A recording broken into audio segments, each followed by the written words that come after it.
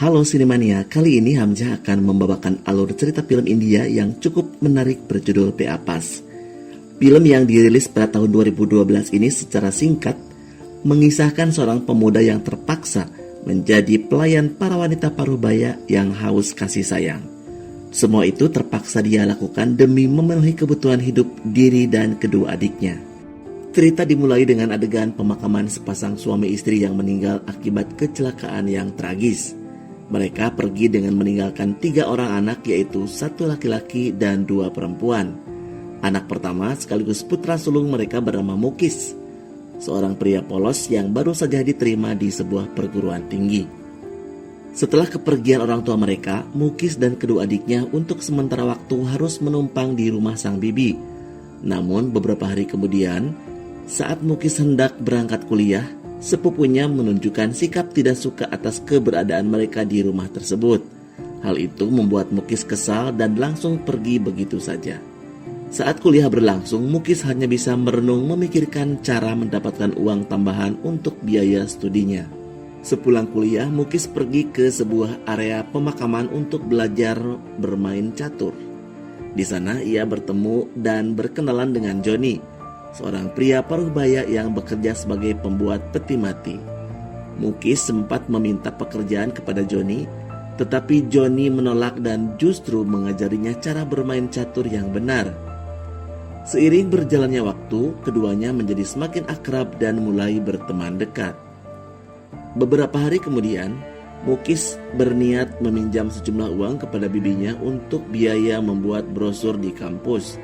Namun, sang bibi menolak dengan alasan bahwa ia sendiri sedang kesulitan keuangan. Sepulang kuliah, sang bibi justru menyuruh Mukis membantu menyiapkan makanan karena teman-teman arisannya akan datang berkunjung. Sore harinya, saat Mukis hendak masuk ke kamar mandi, ia tidak sengaja bertemu dengan seorang wanita yang sedang merokok di dalam. Wanita tersebut bernama Sarika, salah satu teman arisan bibinya. Ketika acara arisan dimulai, Sarika mulai menggoda Mukis dan mempertanyakan mengapa ada pelayan pria di tengah-tengah acara perkumpulan wanita. Mukis yang mendengar godaan tersebut hanya bisa terdiam. Terlebih saat Sarika memintanya untuk datang ke rumahnya nanti. Setelah acara arisan selesai, sang bibi menyuruh Mukis mengambil sekeranjang buah apel di rumah Sarika, dan Mukis pun langsung menyanggupinya. Namun sesampainya di sana, Sarika berdalih bahwa apelnya sudah habis. Sarika justru kembali menggoda Mukis dan memaksanya untuk melakukan bercocok tanam. Meski awalnya sempat menolak, Mukis akhirnya goyah dan termakan oleh rayuan Sarika. Di tengah perbuatan tersebut, sang bibi tiba-tiba menelpon Sarika untuk menanyakan keberadaan Mukis yang belum juga pulang. Dengan tenang, Sarika berbohong dan mengatakan ia sedang meminta bantuan Mukis untuk beberapa urusan di rumahnya. Setelah telepon ditutup, keduanya pun kembali melanjutkan bercocok tanam. Selang beberapa hari berikutnya, Mukis rutin mengunjungi rumah Sarika. Bibinya mulai curiga melihat Mukis yang tiba-tiba membeli dan mengenakan pakaian baru. Untuk menutupi kecurigaan tersebut, Mukis berdalih bahwa ia telah mendapatkan pekerjaan sampingan sebagai guru private di kampusnya. Ia bahkan sengaja membuat brosur pengajar palsu agar sang bibi percaya. Suatu hari, Mukis kembali datang ke rumah Sarika.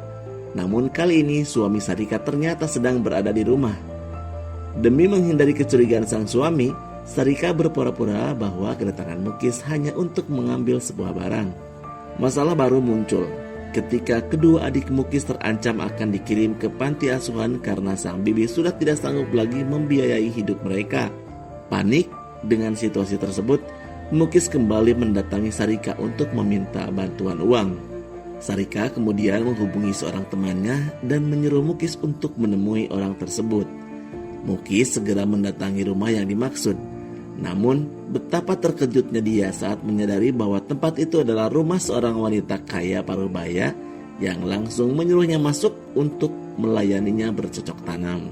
Setelah selesai, Mukis tersadar bahwa pekerjaan yang diberikan Sarika adalah menjadi pemuas nafsu para wanita kesepian. Mukis kembali menemui Sarika dan menegaskan bahwa ia tidak sudi melakukan pekerjaan kotor itu hanya demi uang. Namun, desakan kebutuhan ekonomi yang sangat menghimpit akhirnya membuat Mukis menyerah dan menerima pekerjaan tersebut. Dengan bantuan Sarika sebagai perantara yang mencarikan pelanggan, Mukis pun memulai pekerjaan barunya. Ia menghubungi satu persatu telepon para wanita parubaya yang diberikan oleh Sarika. Ia mendatangi rumah mereka untuk memberikan pelayanan bercocok tanam demi mendapatkan bayaran. Setelah menyelesaikan pekerjaan terakhirnya, Mukis menghubungi adiknya yang kini sudah berada di panti asuhan. Namun Mukis menjadi sangat khawatir ketika sang adik menceritakan adanya kejanggalan di panti tersebut. Adiknya sering melihat beberapa anak perempuan dibawa keluar pada malam hari dan kembali dengan aroma alkohol dari mulut mereka. Mendengar hal itu, Mukis langsung mendatangi panti asuhan dan menemui ketuanya. Mukis terpaksa menyuap ketua panti agar adik-adiknya tidak dilibatkan dalam praktik kotor tersebut. Setelah itu, Mukis menemui adiknya dan berjanji akan segera membawa mereka keluar dari sana setelah ia berhasil membeli sebuah rumah. Sesampainya di rumah bibinya, Mukis berniat menghitung uang yang selama ini ia telah kumpulkan. Namun ia malah memergoki sepupunya yang sedang berusaha membobol lemari tempat penyimpanan uangnya. Beruntung, uang tersebut masih aman. Akibat kejadian itu, Mukis memutuskan untuk menitipkan seluruh uang tabungannya di rumah Sarika agar lebih aman. Setelah menitipkan uang, Sarika kembali meminta Mukis untuk melayaninya. Sial bagi mereka, suami Sarika tiba-tiba pulang dan memergoki aksi keduanya. Sang suami yang diselimuti amarah langsung menghajar Sarika secara brutal tepat di depan mata Mukis. Memanfaatkan situasi kacau tersebut, Mukis berhasil melarikan diri. Keesokan harinya, suami Sarika mendatangi rumah bibi Mukis dan menceritakan semua perbuatan bejat yang dilakukan oleh Mukis dan istrinya. Akibatnya, Mukis langsung diusir dari rumah tersebut. Dalam kondisi luntang-lantung, Mukis menemui Joni dan menceritakan semua masalahnya. Joni yang iba kemudian mengajak Mukis tinggal bersama di rumahnya. Beberapa hari kemudian, Mukis menerima telepon darurat dari adiknya. Sang adik menangis dan mengatakan bahwa mereka telah kabur dari panti asuhan karena penjaga panti mencoba merudup paksa mereka. Kini mereka sedang dalam perjalanan menuju Delhi. Mukis meminta adik-adiknya untuk menunggu di stasiun dan berjanji akan segera menjemput mereka. Karena tidak memegang uang sepeser pun, Mukis mencoba menghubungi kembali para wanita parubaya yang pernah menjadi pelanggannya. Namun anehnya, semua nomor tersebut sudah tidak aktif. Tanpa pilihan lain, Mukis meminta bantuan Joni untuk pergi ke rumah Sarika dan mengambil uang yang pernah ia titipkan di sana. Namun, Joni kembali dengan tangan kosong karena diusir oleh suami Sarika sebelum sempat bertemu wanita itu. Keesokan harinya, karena sudah sangat terdesak demi menjemput adiknya, Mukis nekat menyelinap masuk ke kamar Sarika secara diam-diam. Sialnya, ia tidak menemukan uangnya di sana. Tak lama kemudian, Sarika masuk ke kamar. Mukis langsung mengancam Sarika dan menagih uang titipannya. Sarika dengan santai mengatakan bahwa uang tersebut sebenarnya sudah diambil oleh teman Mukis sendiri, yaitu Joni. Mukis tidak percaya begitu saja dan menegaskan bahwa Joni tidak mungkin mengkhianatinya. Dikepung rasa frustasi dan amarah yang memuncak, Mukis terus mengancam akan membunuh Sarika. Pada saat yang sama, suami Sarika tiba-tiba masuk ke kamar. Dalam kondisi panik dan kalap, Mukis nekat menusuk perut Sarika hingga wanita itu tewas di tempat. Setelah melakukan perbuatan tersebut, Mukis langsung melarikan diri kembali ke rumah Joni. Sesampainya di rumah, Mukis terkejut setengah mati melihat Joni beserta barang-barangnya sudah lenyap. Mukis mencoba bertanya kepada tetangga sekitar mengenai keberadaan Joni.